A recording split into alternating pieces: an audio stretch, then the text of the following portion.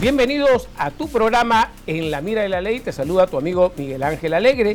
Hoy vamos a tocar unos temas muy importantes del derecho de familia, pero la parte penal, porque muchos de estos temas de familia terminan yendo al camino penal y justamente pues es recién en esta etapa penal donde la gente cumple. A veces pareciera pues que no basta un solo proceso civil para que cumplan, sino tendrías que algunas personas, algunos seres humanos, algunos varones y algunos innombrables, llegar todavía a la etapa penal para que puedan cumplir.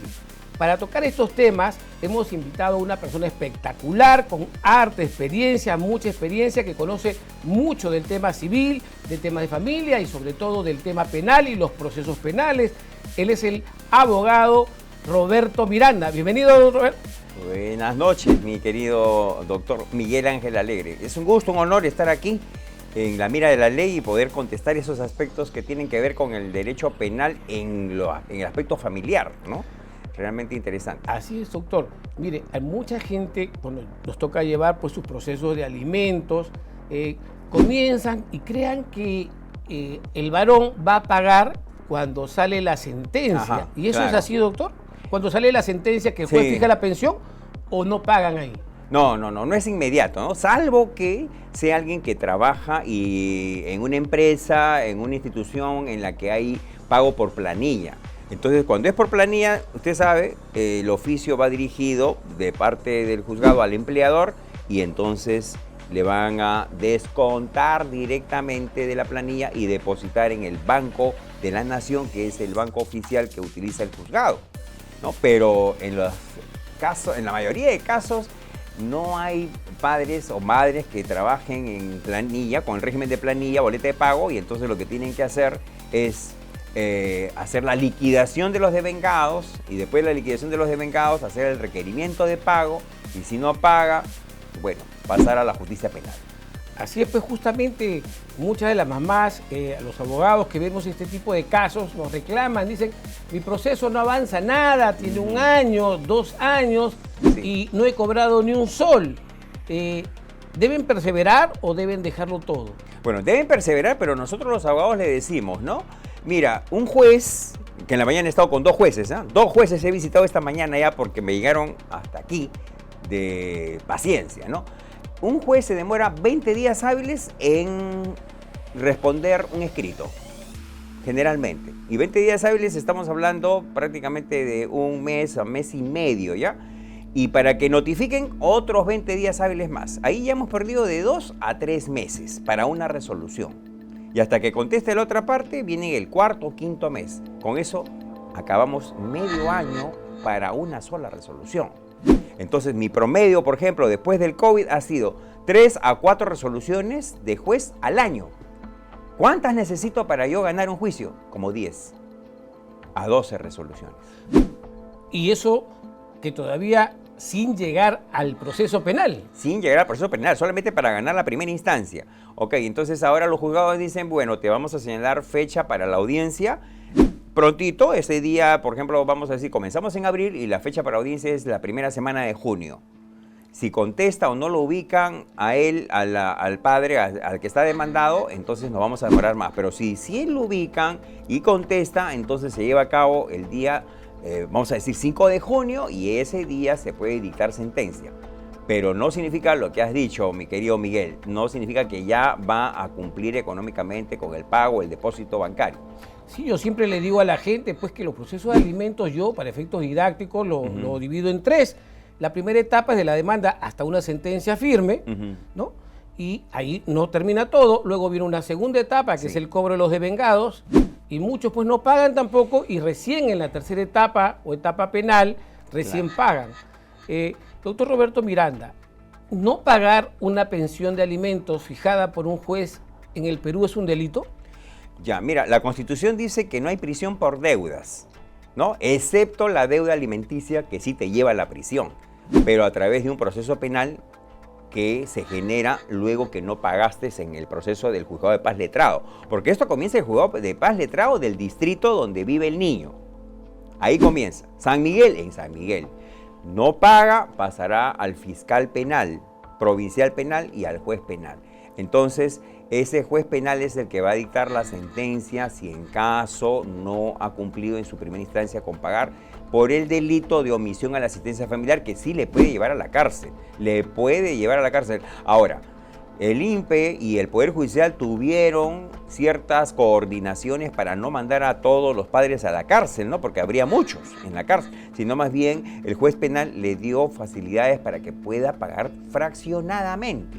Y al pagar con fraccionamiento, entonces se evitó la cárcel, pero también venía el apercibimiento. Si no pagas una cuota del fraccionamiento, te vas para adentro.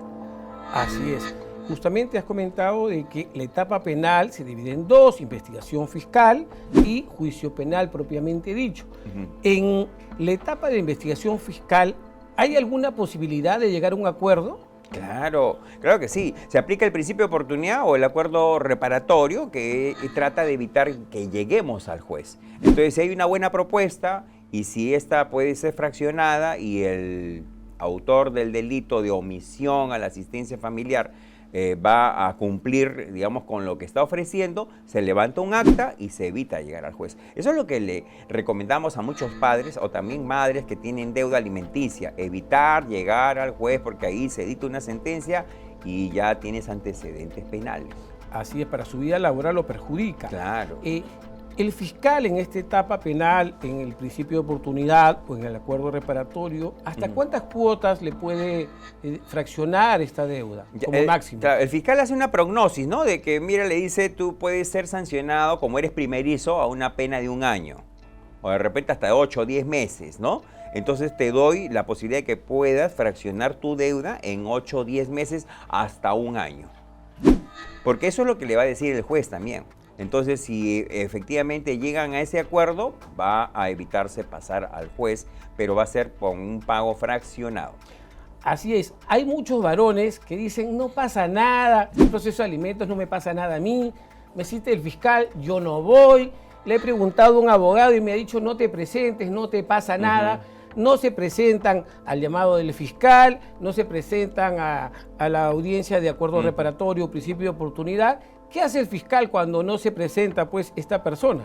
Claro, ya la ley ha determinado que le deben requerir el pago al obligado a la dirección domiciliaria. Entonces, el juez de paz letrado tiene que hacer el requerimiento de pago a la dirección domiciliaria.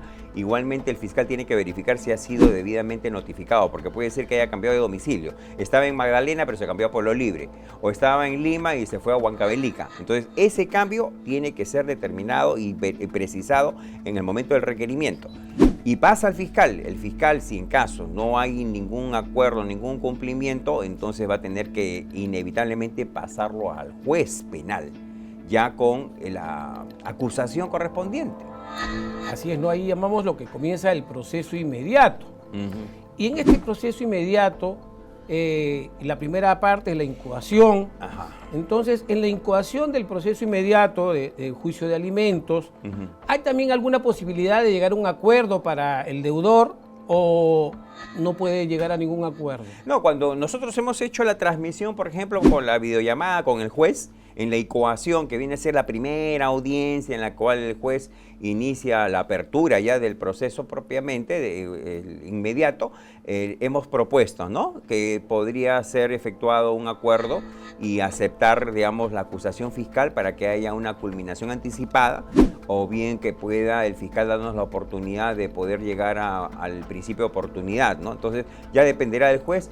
A veces hace una interrupción en la audiencia y permite que conversemos con el fiscal para evitar justamente de que se dicte una sentencia y más bien haya un acuerdo. Así es que ya saben, a todos los papás que están debiendo, por favor pónganse a derecho. Por último, si han seguido malos consejos ante esta incoación, pues ingresen con un abogado adecuado, no sigan esos consejos indebidos de que no paguen, se tiene que pagar. Y hay, a pesar de esto, pues algunos papás que no se presentan y se inicia el juicio. ¿Qué pasa si el papá, el deudor, no se presenta al llamado a juicio? Claro, en ese caso, si fue debidamente notificado, entonces puede ser declarado reo contumaz. Al ser declarado reo contumaz, le van a poner una RQ, que es una requisitoria. Si está en el extranjero, cuidado, hay requisitoria internacional. Hemos tenido un caso, te cuento, Miguel, que tuvimos un caso en el que nos llamó un peruano desde Italia y nos dijo: yo estoy con un proceso de alimentos en el Perú y tengo una deuda de 90.000 soles. Wow, 90.000 soles, que son como, vamos a decir, 23.000 euros o algo por el estilo. 25.000 euros por ahí. Y entonces me han dicho que han comenzado el proceso de extradición. ¿Qué te parece? Qué bueno, el proceso de extradición pues no es muy común. Normalmente pues estos procesos Sí. internamente no se logran, los procesos de alimentos. Y lo que no saben estos peruanos que se van debiendo plata, lo que no saben es que existe una Convención Internacional de los Derechos del Niño en la cual hay apoyo judicial y el juez italiano resulta que coordina con el juez peruano para que de esa manera pueda ser procesado y pueda iniciarse el proceso de extradición. Claro que él evitó la extradición y tuvo que pagar la deuda. Entonces, sí es posible, doctor Roberto Miranda, extraditar o lograr una orden de captura internacional de un deudor de pensión de alimentos. Claro que sí. Ahora, estamos en tanto haya esa misma figura delictiva en ese país, en aquel país en donde se encuentra, ¿no? Hemos encontrado que algunos países tienen la figura, otros no tienen la figura de la omisión a la asistencia familiar, ¿no? Pero sí de abandono, por ejemplo, tienen otro nombre, ¿no? Abandono de hogar o de repente incumplimiento de la manutención alimenticia, ¿no? Con otros nombres, pero viene a ser casi lo mismo. Muy bien.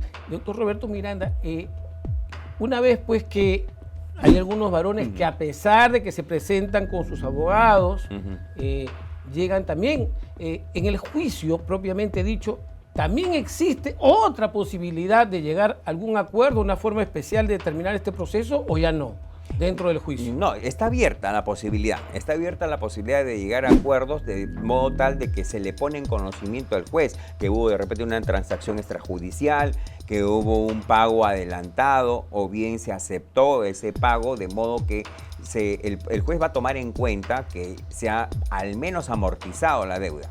Pero si ha habido una amortización y no ha habido el cumplimiento completo de la deuda, entonces ahí viene el fraccionamiento por la diferencia, que significaría darle cuotas al procesado diciéndole: mira, te voy a condenar a 12 meses, o sea, un año, pero en ese año puedes pagar fraccionadamente la deuda alimenticia. Muchos hombres, justamente aconsejados por sus abogados, llegan a estos acuerdos, pero luego se quieren burlar de la justicia, ya tienen una sentencia, Claro. tienen un cronograma de pago y no pagan. ¿Qué se debe hacer en esos casos, doctor Roberto Miranda? Bueno, sí, muchas madres, y tampoco porque no es de oficio, porque tiene que saber la señora o el señor que está en este caso, que tiene que solicitar a través del abogado la revocatoria de la sentencia penal condicional. O sea, la sentencia es condicional porque no se va a ir a la cárcel, es condicionada a que pague la mensualidad. Pero el juez le dice, el juez penal, basta que debas una cuota, entonces se inicia la revocatoria a través de una audiencia de revocatoria y eso sí podría llevarlo a Piedras Gordas, a Ancón, a Carquín, no sé a qué penal. Así que ya sabes, si no quieres terminar preso por no pagar la pensión de alimentos, pues cumple. No le hagas caso a esos abogados que te dicen: dame la plata a mí, yo le voy a pagar al juez, le voy a pagar al fiscal, le voy a pagar a tal, el secretario es mi amigo, mi compañero, juego pelota con él. No hagas caso a eso, porque la única manera de dar por concluido esto es pagando la deuda alimenticia. Así es. Doctor Roberto Miranda, otro tema muy común que antes no lo teníamos o no lo sabíamos porque no había esta prueba de ADN, ahora es la falsa atribución de paternidad, ¿no? Justamente en el programa de Andrea, muchísimos de los casos se hace la prueba de ADN y el señor resulta que no es el padre y él lo firmó en la creencia de que lo era porque la señora le dijo que él era. Claro. Entonces, es un delito que la mamá haga que una persona distinta al padre biológico lo firme en RENIER. Sí, eso se llama falsa filiación, pero esa falsa filiación es un delito que tiene que ser intencional, es decir, con conciencia y voluntad. Pero hay algunas señoras, porque hemos conversado incluso en el camerino con algunas de ellas, con la psicóloga, y hemos conversado diciendo, mira, es que me equivoqué y hubo un error. Y los errores en el derecho penal pueden ser de tipo, pueden ser errores que pudieran significar incluso una absolución. Entonces, los fiscales tienen que estar bien seguros de que hubo una atribución falsa de filiación, pero con conciencia y voluntad. Por ejemplo, vamos a poner ejemplo, era imposible que ella pueda estar embarazada porque el esposo está en Japón, ¿correcto? Pero el viaje llega acá al Perú cuando ella ya estaba en gestación. Incluso tenía el diagnóstico de embarazo. Y no obstante eso, le atribuye a la paternidad porque obviamente tuvieron intimidad. Entonces, eso es con conciencia y voluntad. Eso es falsa filiación. Claro, es bastante complicado, o sea, también no es tan sencillo pues que una mujer hoy día diga que porque un varón le conviene de repente económicamente, Sí. porque es algo graciosísimo, ya los psicólogos lo tratan en TikTok, la mujer en estos tiempos quiere al malo.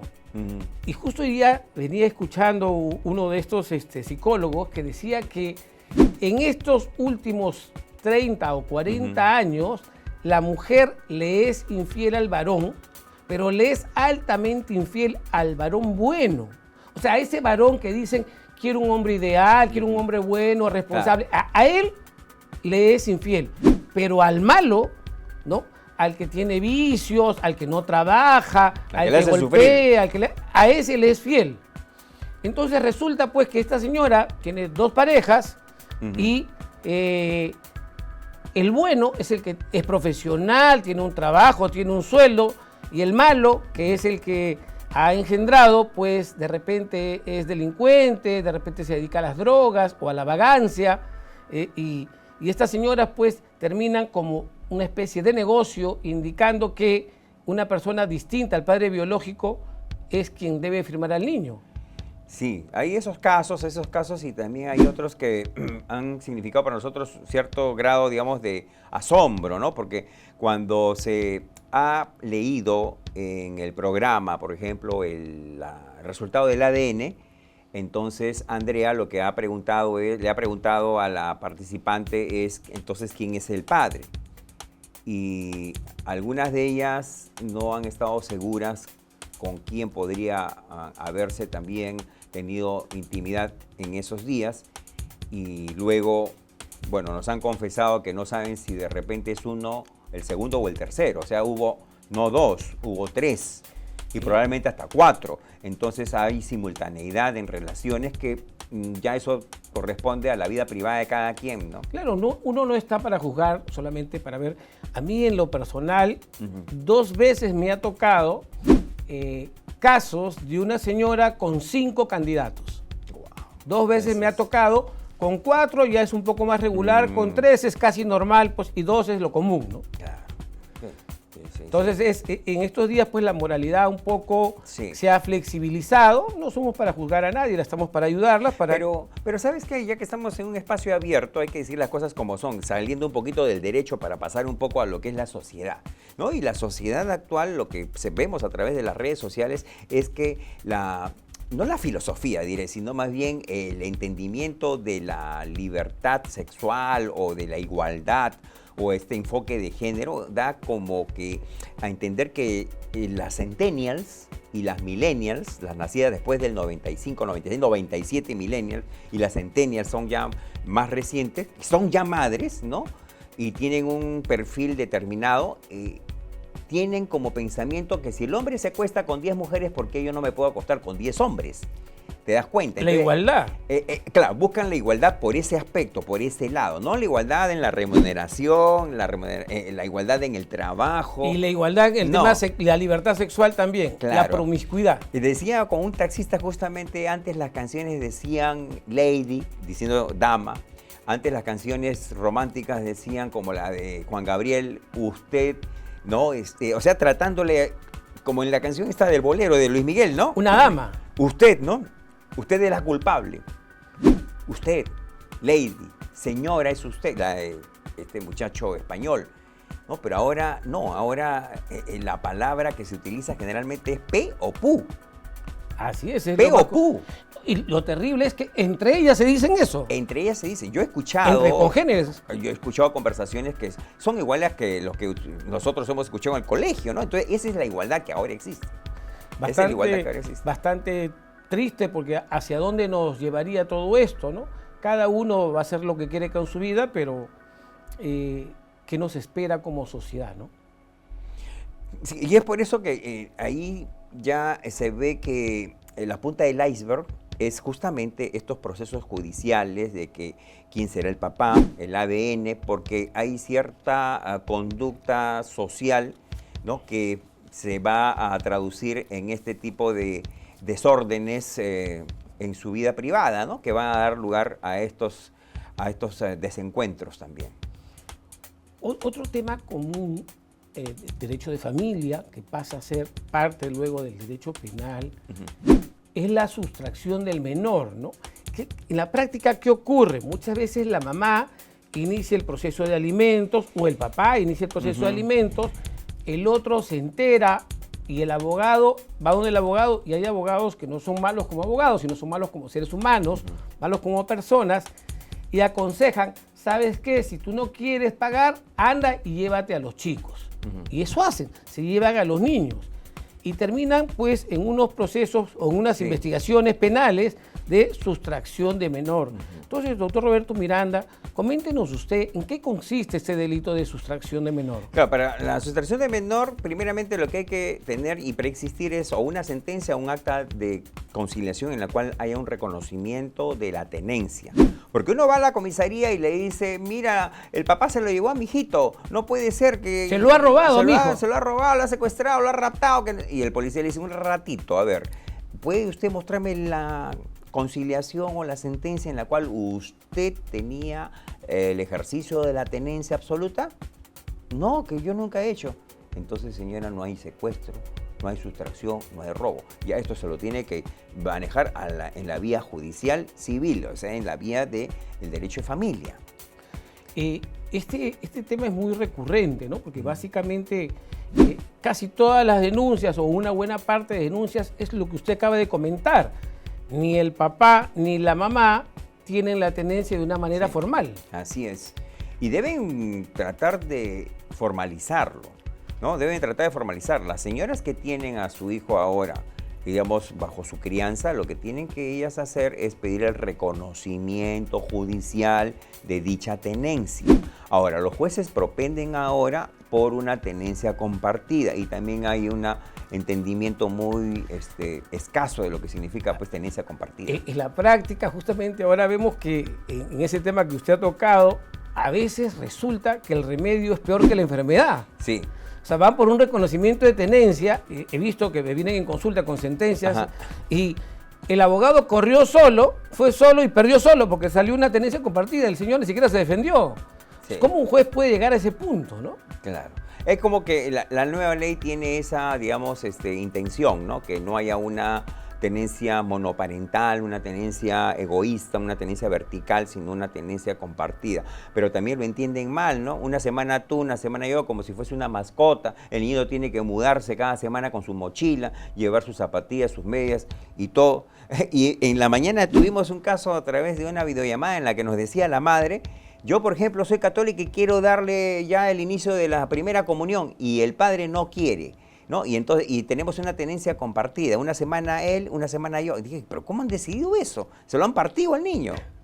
Lastimosamente, pues, todo esto va mal. Justamente conversábamos el otro día con la doctora Lisbeth Cueva que el tema psicológico pues, es muy importante, ¿no? Otro tema que va del derecho de familia al tema penal es el tema de la desobediencia y resistencia a la autoridad, ¿no? Porque, ¿qué ocurre en la práctica? Muchas señoras, incluso varones también, logran una resolución de un juez de violencia que le otorga medidas de protección, pero la otra persona pues no cumple nada, sigue violentando, sigue insultando, sigue agrediendo, dice no se acerque a 100 metros, no se acerque a 300 metros, y sigue acercándose, va, hace bulla, hace problema. ¿Qué se debe hacer? Esta conducta de no respetar las medidas de protección es un delito. Claro, ¿no? El delito está tipificado en el artículo 368 y es desobediencia y resistencia a la autoridad por no cumplir una medida de protección. Ya lo hemos dicho, la medida de protección no es un papel mojado en tinta. La medida de protección es una demarcación hasta geográfica de que no tienes que acercarte, no tienes que tener ningún tipo de conversación, diálogo ni comunicación a través de ninguna red social o medio de comunicación. Y entonces también debes hacer una terapia, pero no lo hacen. Y empeoran la situación, o sea, les importa, como se dice vulgarmente, un comino. Y ante eso está justamente la ley para que se cumpla con el inicio de un proceso penal, como bien lo has dicho, del delito de desobediencia y resistencia a la autoridad. Las medidas de protección son para cumplirlas, pero si no las cumple, entonces hay que poner en conocimiento del juzgado, para que este juzgado bien las amplíe o ya ponga en conocimiento del fiscal de que este sujeto no es digamos, un fiel cumplidor de estas medidas que ha dictado. ¿Cuál sería la pena en aquellos casos que devienen de un proceso de violencia? El promedio que hemos conseguido, porque tenemos un caso justamente en Andrea, es que se ha conseguido penas de 6 años y sumadas a esa las de las lesiones leves o lesiones psicológicas también, leves o graves. Y total tenemos como que 11 años, 8 meses tenemos a un sujeto ya metido en la cárcel por desobediencia y resistencia a la autoridad, más lesiones psicológicas. Así que ya saben, no es un juego. No es un juego. Yo tenía una clienta que era bastante belicosa y le hizo problema pues al papá de sus hijos y terminó procesada igual, ¿no? Ahora ella sigue siendo belicosa con todo el mundo, menos con el papá de sus hijos, ¿no? O sea, lastimosamente algunos seres humanos tienen que llegar a esta etapa de sanción penal para entender que deben cumplir con la ley, deben cumplir con una sentencia judicial. Y sabe, mi querido doctor Miguel Ángel, ocurre que se le dice, lleva tu terapia, es gratuita. Tienes que llevar tu oficio, ándate al centro de salud mental más cercano. No van. Comienzan algunos su terapia, son 6 sesiones, van a una y nunca más van. Y la otra parte tampoco le requiere al juzgado, señor juez, solicito que informe a ver si ha cumplido o no ha cumplido. Porque es conveniente, o sea, pisarle los talones, ¿no? Estar ahí detrás, si cumplió o no cumplió. Porque si no cumple, eso es justamente desobediencia y resistencia a la autoridad por incumplimiento. Justamente. Una parte es no acercarse, no agredir, y otra parte es pues cumplir con lo que usted dice, ¿no? Justamente las terapias. Las terapias. Pero así como hay algunos que no siguen al pie de la letra, hay personas que, como se ha roto esta relación, pues hay un odio dentro de sí y más bien están atrás de cada una de las medidas indicadas, ¿no? Sí, y es que es conveniente, ¿no? Para que si en caso hay un incumplimiento, entonces sea puesto en conocimiento del fiscal y el fiscal ya, según sus atribuciones, formule la denuncia, como lo hemos dicho, por desobediencia y resistencia a la autoridad, cuya pena en promedio son de 3 a 6 años. Ya de 3 a 6 años, claro, la más grave es de 6 años y eso va con cárcel efectiva. Doctor Roberto Miranda, en este mismo camino de incumplimiento de las resoluciones judiciales, ¿no? El delito de desobediencia, nos chocamos muchas veces ya con la otra cara de la moneda en los procesos de régimen de visita. ¿Qué ocurre? Que un juez ordena o dispone un régimen de visita y pongámonos que en este caso sea la mamá quien vive con los niños y con cualquier excusa no permite que el padre realmente tenga un vínculo con los menores. ¿Esto también es un delito? ¿Entraría dentro de este tipo penal o no? Bueno, al incumplir un régimen de visita da como resultado la posibilidad de que quien lo estaba ejerciendo, el régimen, la tenencia, pueda perder la tenencia. Claro, también se puede formular el delito de desobediencia y resistencia a la autoridad porque he ido una vez, he ido 2 veces, 3 veces, no me permiten ver a mi hijo. Hago la constatación policial, pido que se haga la denuncia penal, pero también a la vez que se le revierta la tenencia a la madre o el padre que no ha cumplido con el régimen de visitas. Así es, tenemos 2 tipos de sanciones. Doctor Roberto Miranda, ¿qué mensaje le daría usted pues a todas estas personas, a todas estas familias rotas, porque son las que entran en este tipo de problemas, para que no se vean dentro de estos procesos penales? Bueno, primeramente que deberían agotar la vía de la conciliación, ¿no? O sea, que puedan conversar civilizadamente de modo tal de que puedan evitarse procesos judiciales. Hay conciliación de MUNA en las municipalidades, es gratuita completamente la Defensoría Municipal, pero también ya si en caso se fracasa por la vía de la conversación, del diálogo, entonces tendrá que iniciarse la acción judicial correspondiente. Pero dentro de la acción judicial tenemos procesos que pueden ser o muy largos o procesos que pueden culminar también con conciliación, doctor Miguel Ángel. Entonces creo que es conveniente que ante un juez ya las partes vayan con esa intención, porque si un juez ve que una de las partes es intransigente, se va a dar cuenta desde el inicio de dónde está cojeando la situación del niño, ¿no? Si es el papá o la mamá. Entonces yo tengo mi estrategia que se las voy a contar a algunos abogados, abogadas que nos ven. Mira, la estrategia es la siguiente, mi querido doctor Miguel Ángel, y nos ha resultado. Cuando vamos a la audiencia de tenencia de alimentos, la cual sea, ¿no? Y estamos en calidad, por ejemplo, de demandados, yo le digo a mi patrocinado, cuando el juzgado invite o pregunte, ¿ya han conciliado, ustedes han conversado? Y no hayan conversado, levanten el dedo, levanten la mano y digan, uso la palabra, quiero expresarle mi deseo de conciliar y terminar hoy el proceso en función al interés superior de mi hijo. Ya. Eso provoca que el juzgado mire hacia la otra parte y le dice, usted también estaría de acuerdo de llegar a una conciliación, y si la otra parte dice no, ya se sabe quién es el intransigente. Así es, así es. Estrategia. Muchas gracias, doctor Roberto Miranda. Miren, todo este tiempo, todos los temas que hemos tocado, Así excelente. Es, yo creo que ha sido muy provechosa su visita. Yo creo que todos van a disfrutar de este programa y les va a servir también para que conozcan sus casos. Muchas gracias, doctor Roberto Miranda. Gracias, doctor Miguel Ángel. Y espero tenerlo pronto nuevamente. Mucho gusto.